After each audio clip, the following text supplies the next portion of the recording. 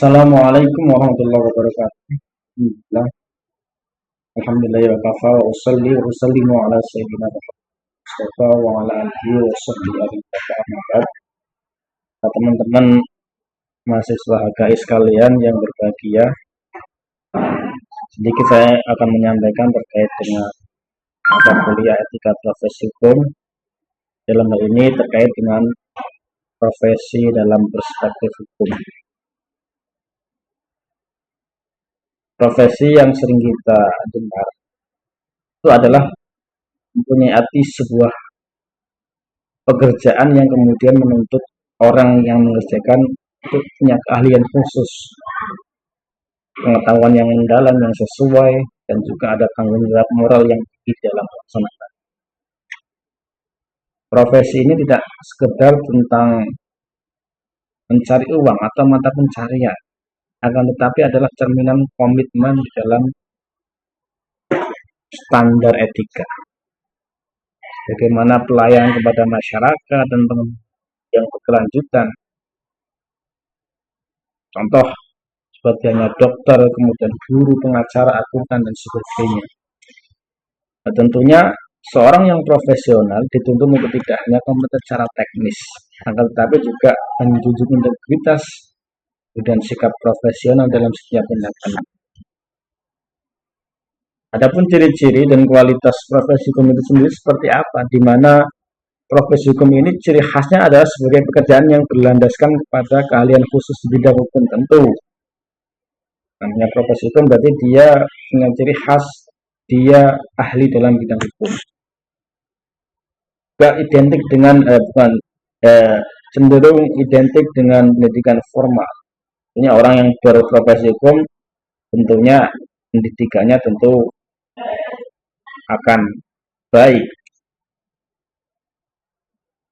dan juga dengan kode etik yang profesional. Profesi ini mencakup contoh hakim, jaksa, pengacara, notaris, ini kaitannya dengan profesi hukum. Nah, kualitas utama yang harus dimiliki adalah integritas, yaitu ada kejujuran dalamnya, kemudian objektivitas. Kita misalnya berprofesi sebagai hakim tentunya harus berobjektif. Kita ketahui hakim itu ada tiga, satu di surga, yang dua masuk neraka. Siapa yang masuk surga? Dia yang tahu hukum dan memutuskan sesuai dengan kebenaran. Tahu mana yang benar dan memutuskan sesuai dengan kebenaran. Nah, yang dua masuk neraka, dia tahu tapi tidak memutuskan sesuai dengan kebenaran. Atau yang satunya, dia tidak tahu tapi dia berani memutuskan. Itulah dua hakim yang nanti akan masuk neraka. Siapapun itu, tentunya punya konsekuensinya masing-masing. Tentunya ini harus didasarkan pada keadilan dan bukti. Bahkan keadilan ini adalah termasuk bagian daripada ciri khas orang yang takwa. Dalam Al-Quran disebutkan i'dilu huwa aqrabu littaqwa. Berperilaku adillah, karena adil itu dekat kepada ketakwaan. Kan apa? Orang nggak akan kemudian menyeleweng kalau kemudian dia tidak kemudian punya sifat takwa, ataupun sebaliknya. Orang yang takwa pasti cenderung sifatnya adil, karena yang dia takuti adalah Allah Subhanahu. Nah, seorang profesional hukum juga dituntut untuk menjunjung tinggi independen atau independensi, sebagaimana menjaga kerahasiaan klien, kemudian mengembangkan kompetensinya seiring dinamika hukum dan masyarakat yang berkembang di dalamnya. Adapun nilai moral dalam masyarakat profesi hukum sekarang, tentunya profesi hukum menuntut lebih dari sekedar pengetahuan dan keterampilan. Akan tetapi profesi hukum dilandasi oleh nilai-nilai moral yang kuat. Nilai moral sama dalam profesi ini. Tujuan, keadilan, integritas, kemudian tanggung jawab, sampai dengan keberpihakan kepada kebenaran. Sekali lagi, keberpihakan kepada kebenaran, bukan kepada kemudian yang bayar.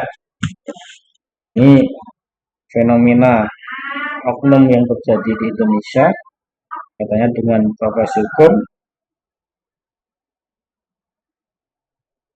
ya tidak sedikit kemudian orang berpihak kepada orang yang bayar, bukan berlandaskan kepada kebenaran itu sendiri. Bahkan dalam buah riwayat diceritakan bahwasanya walaupun walaupun Nabi Muhammad pernah mengatakan bahwasanya walaupun dengan orang non muslim sekalian, kalau kemudian itu adalah suatu benar, maka kita harus membela, bukan kemudian membela orang yang muslim sebagainya. Itu beberapa hal yang saya sampaikan. Nah, terkait dengan praktis hukum, tidak hanya bekerja berdasarkan aturan tertulis, akan tetapi juga pertimbangan dimensi etika dan kemanusiaan dalam setiap putusannya. Moralitas menjadi fondasi yang sangat penting agar hukum tidak disalahgunakan, serta menjamin bahwa keadilan itu ditegakkan, tentunya demi kepentingan masyarakat yang luas, bukan hanya individu atau kelompok tertentu saja.